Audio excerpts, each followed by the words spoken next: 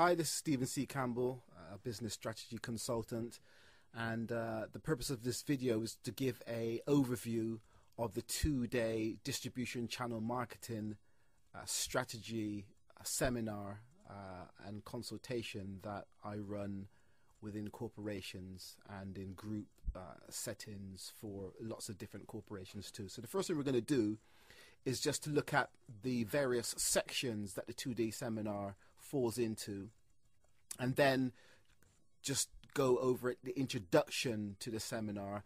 And the introduction actually covers all of the points within the actual different sections of the seminar. So the first, after the introduction, which we're going to do in a minute, we talk about the market audit and analysis. And so, of course, the use of the distribution channel is to get products from the manufacturer down to the end user. And of course, we start with the market because we want to know what the market wants. We want to know the characteristics of the market. We need to understand what our competitors are doing. All these come into the mix before we go off and sign a distributor. And so we spend some time going back to marketing fundamentals and looking at the market and looking how we analyze the market. And this fits into the next section, which is the channel mix issues. And of course, there are different options that we have, which we'll go into in a while, for actually pushing our products through the channel. And, for example, we could have a direct sales force, or you could actually go through a retail. And sometimes, of course, when we want to understand the objectives of the corporation and how much of the market we want to cover.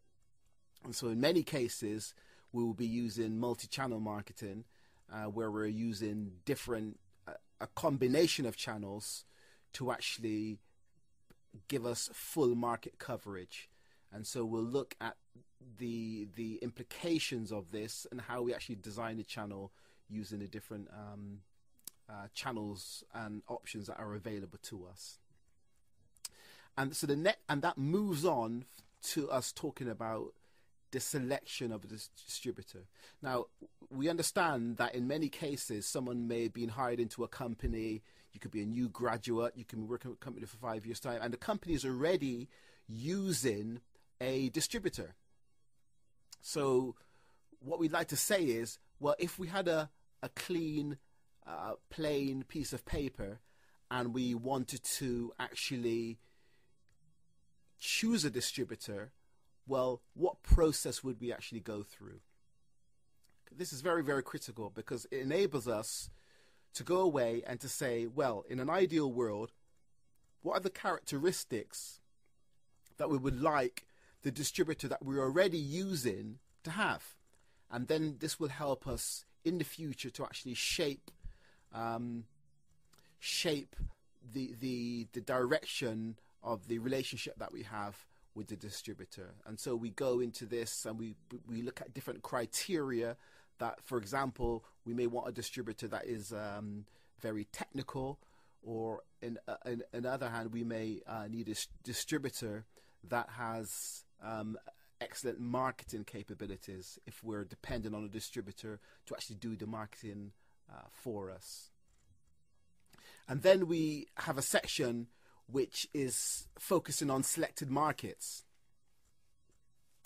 And of course, we look at the whole market as a whole, and of course, we have to segment. We have to segment and focus, and then we look at the process that we go to actually manage the distributor to facilitate us moving our products through the distributor to the actual selected market. And of course, lots of things come up into this. Of course, if we're doing our job very well, and then we may come upon topics like channel conflict. And so we look at the various methods that we have available to us to actually to manage channel conflict, because channel conflict, of course, can't be eliminated. We hope that we will get some. That means that, for example, we give the example, our direct business,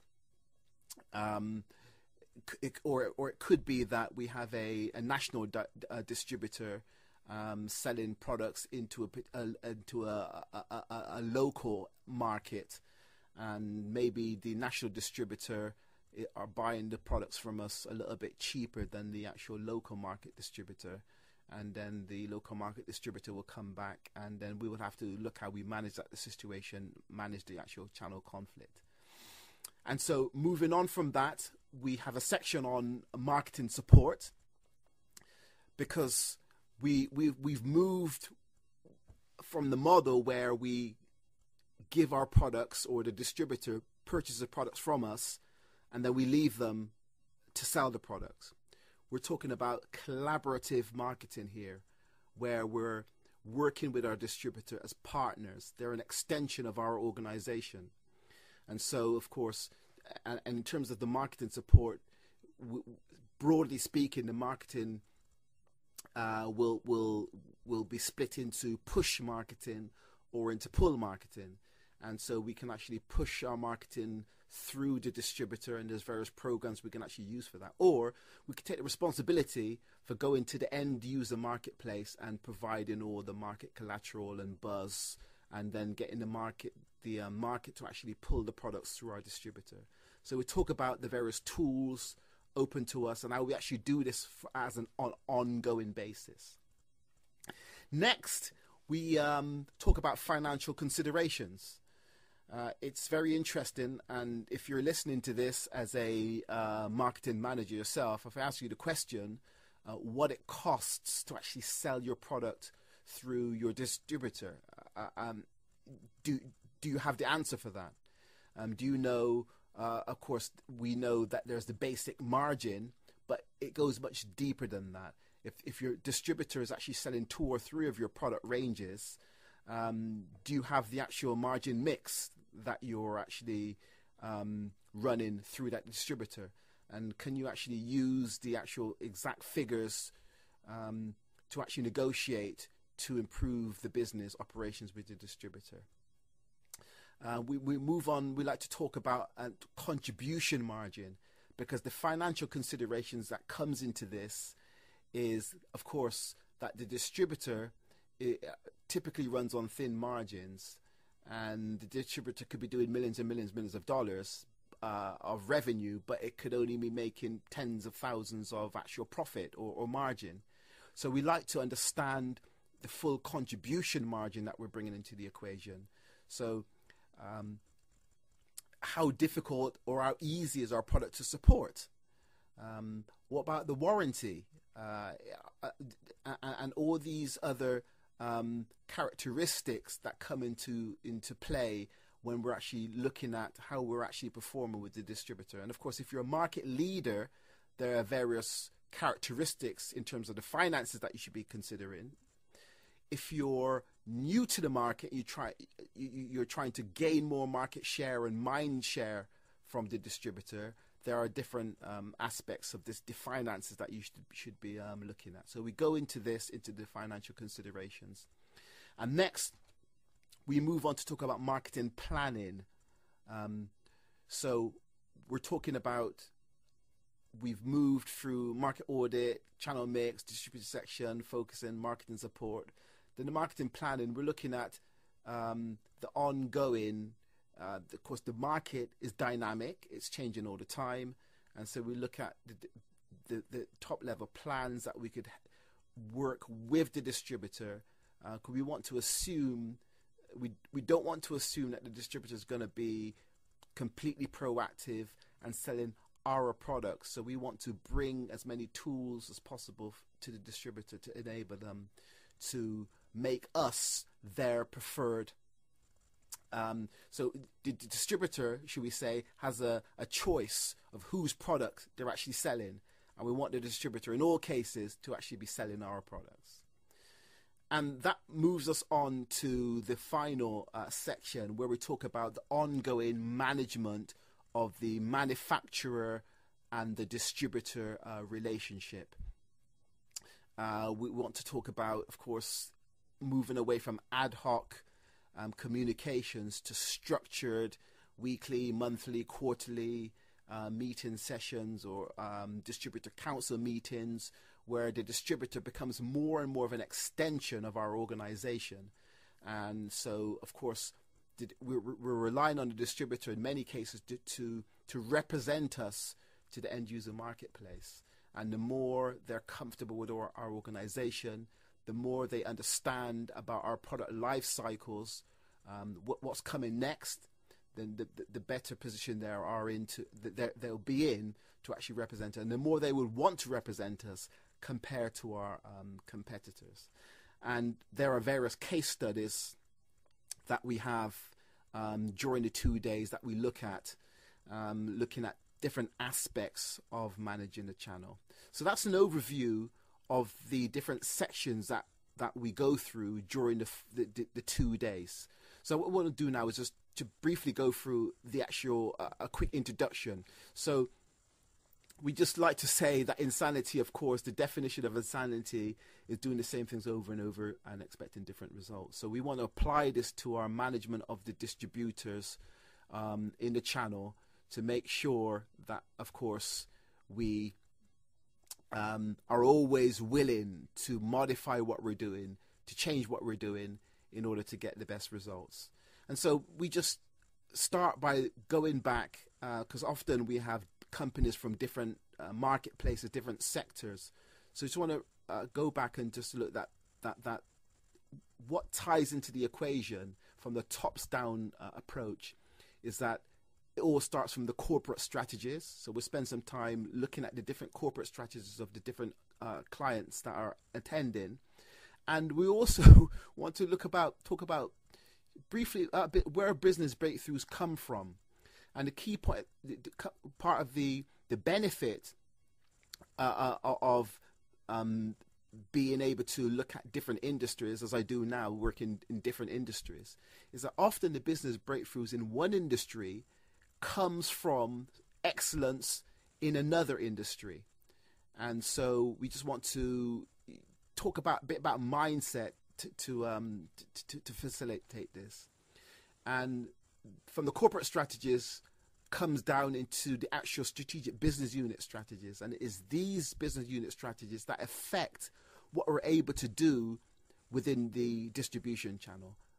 Because we may want to do something in the marketplace, but of course we have to depend on and respect what's happening from the strategic business unit level to be able to move forward. So briefly, we look at the marketing mix, going back to some fundamentals. Of course, many people say that the marketing mix is outdated and not used anymore. I just like to use this as a precursor to drilling down into talking about the distribution channel marketing. So we look at the product. We like to bring people back to what it is that they're pushing through the channel. And then, of course, we want to talk about pricing. There's list pricing, discounts. We go into the discounts and the allowances as we move further on into the seminar. But these are the things to consider right up front: credit terms that we're going to give to the distributor, and the payment terms as well. And also we talk about the promotion. This links directly, of course, into the marketing aspect of managing the channel. And there are different options available to us in terms of how we promote our product directly to the marketplace with the pull marketing or with the push marketing through our actual marketing channel. And we talk about all this, and the internet, of course, plays a big part in the mix today. And we pull all these out during the course of the 2-day seminar. And of course, finally, in terms of the marketing mix, we come to place. And of course, place is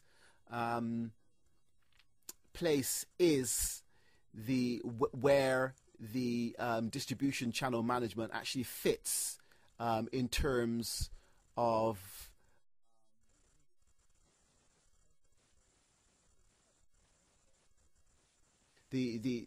actually fits within the actual marketing mix. So the place is actually where the distribution channels fit within the marketing mix. And we talk about transportation, inventory, and middlemen, and we get into this into more detail during the seminar. So going back to and looking at the product, various things that come into the mix. Now, we want to talk about the product life cycle. There's, of course, we talk about market life cycle. And within a market life cycle, there could be many product life cycles. But where we are within the product life cycle will have a bearing on which type of distributor we actually use. For example, if the product's in a very technical, if it's in a growth phase, then maybe we cannot rely on the distributor to do the relevant amount of market education for the product. Maybe we will want to be doing taking the onus on us to market and push the product into the marketplace. Maybe later on during the maturity phase, where the market is fully up to speed with what our product does, then maybe at this point we can rely on different types of distributors. And of course, we want to go back and consider the actual customers, where they buy, how they want to buy, and pull this all into the mix. And also, which comes into the mix, we talk about competition. Of course, in many cases, our distributor will be selling our competitors' products as well, and so we're vying for the distributor's mind share for our products. And so, and in another case, let's say the distributor is not using our competitors' products, not selling our competitors' products, then we want to see what excellence our competitors are doing within the marketplace. So we take some time looking at that. And then, of course, we come down to the channel marketing aspect, which is, we're talking about distribution channels, pushing the products through our channel partners. We take some time to look at the value add of sale and the cost per transaction. And briefly speaking, you know, the high value add of sale and with a very high cost per transaction, we can use the sales force. Moving down, value-added partners, we can sell through retail as well. Telemarketing we can use on the internet, which is very low cost per transaction and low value add of sale. And somewhere in the middle, our distributors actually fit. So we talk about this and talk about how we can actually use the distributors and the whole range of options to us. And we have discussion points as well. For example, what makes your products different to the end user and to the distributor. We want to talk about commodity purchases and also brand purchases and make sure that we understand firmly where we are and take the appropriate action.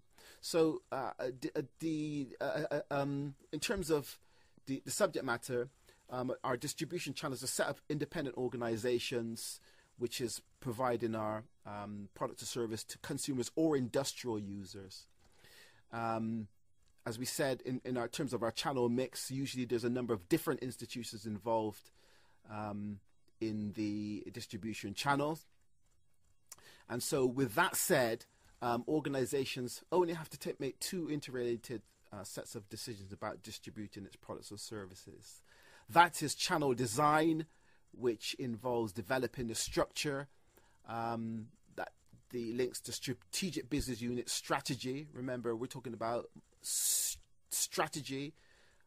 So what comes before we actually get to managing the distributors comes from the corporate strategies down into the strategic business unit strategies through the distributor with the needs of the target market. And we talk about the length of the channel and the types of institutions that we use within the channel design. The other decision is the actual management of the channel. And we'll talk about the development of the policies and procedures to actually ongoing management of the channel. Of course, as we said before, if we happen to be moved in an organization where the channel is already in place, then going through a channel design sequence will help us to, when we're managing the channel, to shape the behavior of the distribution partners, channel partners. And so we look, again, we talk about it's a method of getting a product or service to the end user consumers, and we just look at some of the options available to us these days. We've got a company on the left with a product and service. It has to get its product or service through to the end user customer. Of course, it could be an industrial client, or a retail consumer product. And of course, we've got the direct sales force, so we can sell the product direct, and we can use wholesalers, of course, to break products down into smaller quantities for other wholesalers. There could be 3, 4, 5 levels of wholesalers here, serving states and various cities within the states, depending on what product there is. Of course, we have on-site stores and virtual stores. So we take a look at these. TV's in there because TV is being used more and more. For example, lots of the computer manufacturers are using the television to actually sell their products and services. Something which would have been unheard of years ago is now a strong marketing and distribution channel for various organizations. And so we go through some definitions, distributors and dealers, and we look at the functions they perform, adding value. Agents and brokers, they don't take ownership of the products, but they make them accessible to customers. For example, going into overseas markets, often agents and brokers will be used, and in this case we're relying on the agents and brokers to give us market intelligence and market knowledge. So we have to obviously manage this situation well, because being far away from the end user client, sometimes we could end up getting burnt if our market knowledge is very low. And of course there's retailers which sell directly to the consumer, and they purchase directly from the manufacturer, or they can come through the wholesaler. So we'll look at these depending upon the mix of clients within the actual seminar. So more discussion points: how do consumers currently communicate with your organization? And we'd like to consider the direct communication channels between the customers and your organization. And just to remember that marketing intermediaries can be eliminated, but their activities cannot. Intermediaries, of course, they add cost to products, but these costs are usually more than offset by the value they create. So in terms of the values they create, we have our intermediaries, and they provide various value-added services. The first section is in terms of facilitation. They provide financing, training, information, after-sales support. All these functions, if we were not marketing through the channel partner, we would have to be doing this as the manufacturer. But so we pass this through down to the channel partner. So we take some time to look at this in terms of how we can actually best manage this. Transactional, they take the risk. They take risks because they purchase the products from us. They're on their shelves, so they take the risk. Marketing and administration, they're taking this away from us as the manufacturer. Logistical value, assortment, storage, transportation, bulk breaking.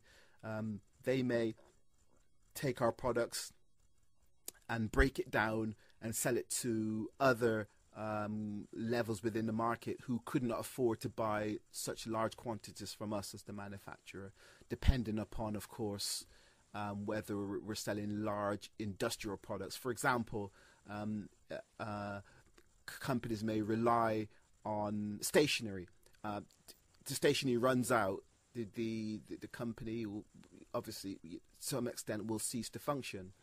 And so in this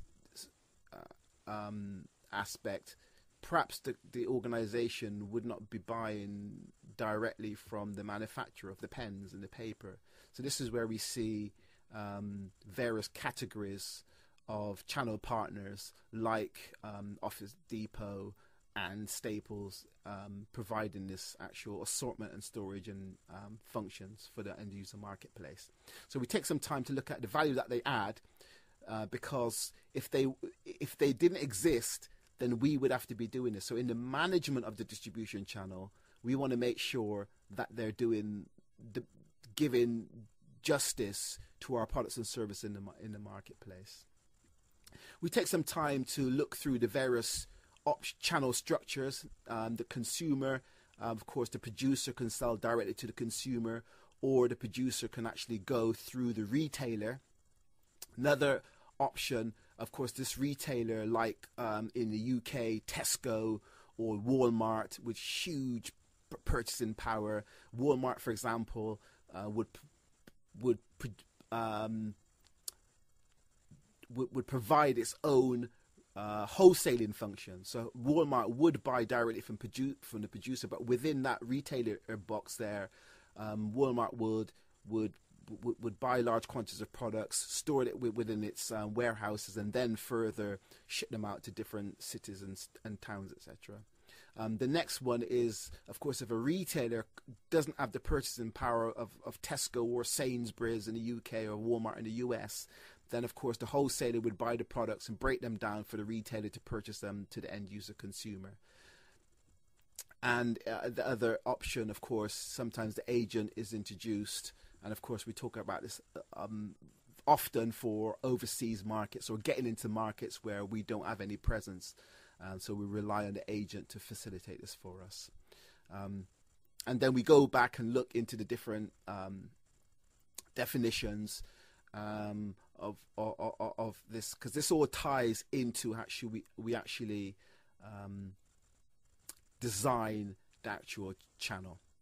And of course, you know, the longest channel is the producer to the agent to the organizations. Of course, smaller organizations, if you're developing remote markets, you go through the agents, and the agents will actually provide the functionality that you couldn't provide because of maybe financing and investment options. And next we look at industrial distribution or business-to-business channel structures. Of course, the first one, the manufacturer could ship the product directly to the end user, and this is where before we talked about using the sales force in the mix. So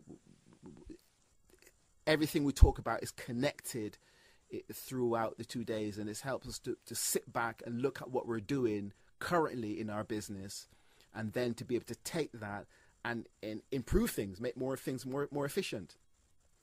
Of course, the manufacturer could be the distributor, purchase the products from the manufacturer, and then the distributor will sell lower quantities down to the end user.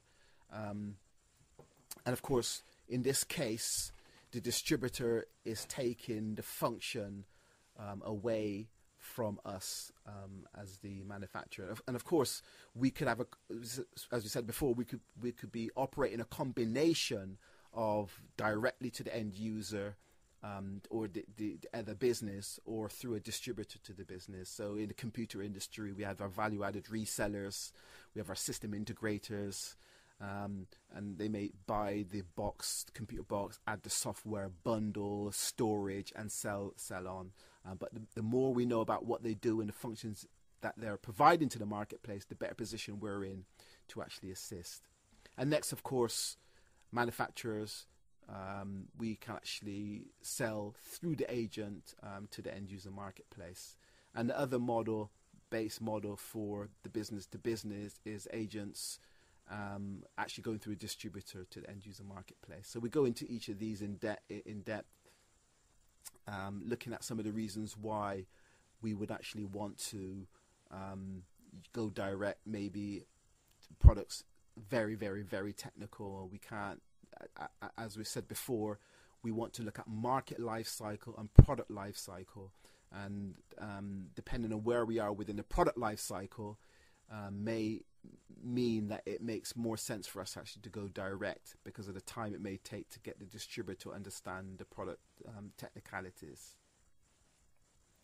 And of course, as the size of the customers reduce, then we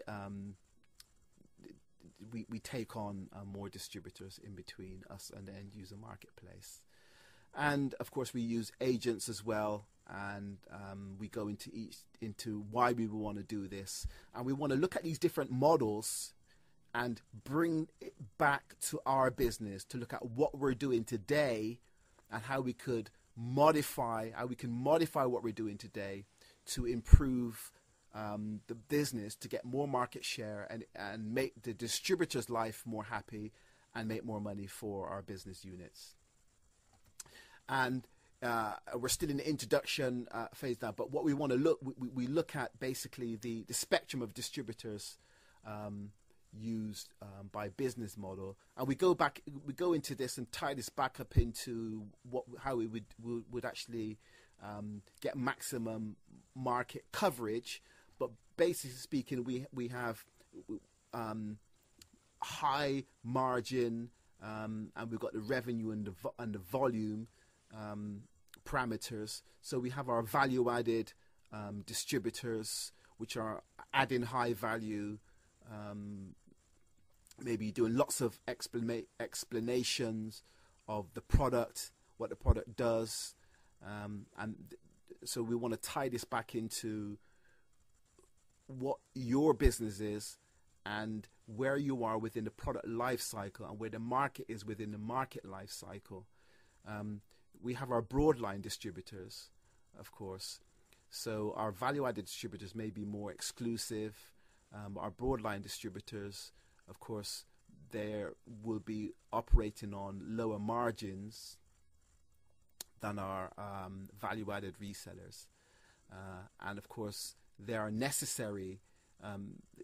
They're providing a different market coverage than the value-added, and it all fits back into the product life cycle and market life cycle. And finally, we get to the stage where, as the product moves, as we said, product life cycle and market life cycle, we have our fulfillment distributors. Here, the margin is low and high volume, and the market here is sucking the products through the fulfillment, and they're fulfilling the orders rather than providing high technical support and hand-holding. So we want to look at the main options available to us and look how we evolve through these categories based upon the market evolution of the product and the market evolution of itself. So basically, we go in and we look at the value-added, the broad line distributors, and we'll also look at the fulfillment distributors. So broadly speaking, this is the introduction section, which we would probably do in the first morning of the 2-day seminar, and we'll most likely have some case studies thrown into the mix and class discussions before we actually go into the other sections which were actually outlined at the very, very beginning. And some discussion points to compare and contrast your organization's distribution channel partners business model with one of the 3 classifications above. So this is, I'm Stephen C. Campbell. You can find me through my website, stephenccampbell.com. As I said before, this is an explanation of the 2-day distribution channel management strategy seminar, which I run internationally. And if you would like to have any questions on this, or you'd like to get involved, feel free just to drop me an email. And I hope you got something from this. Thank you very much.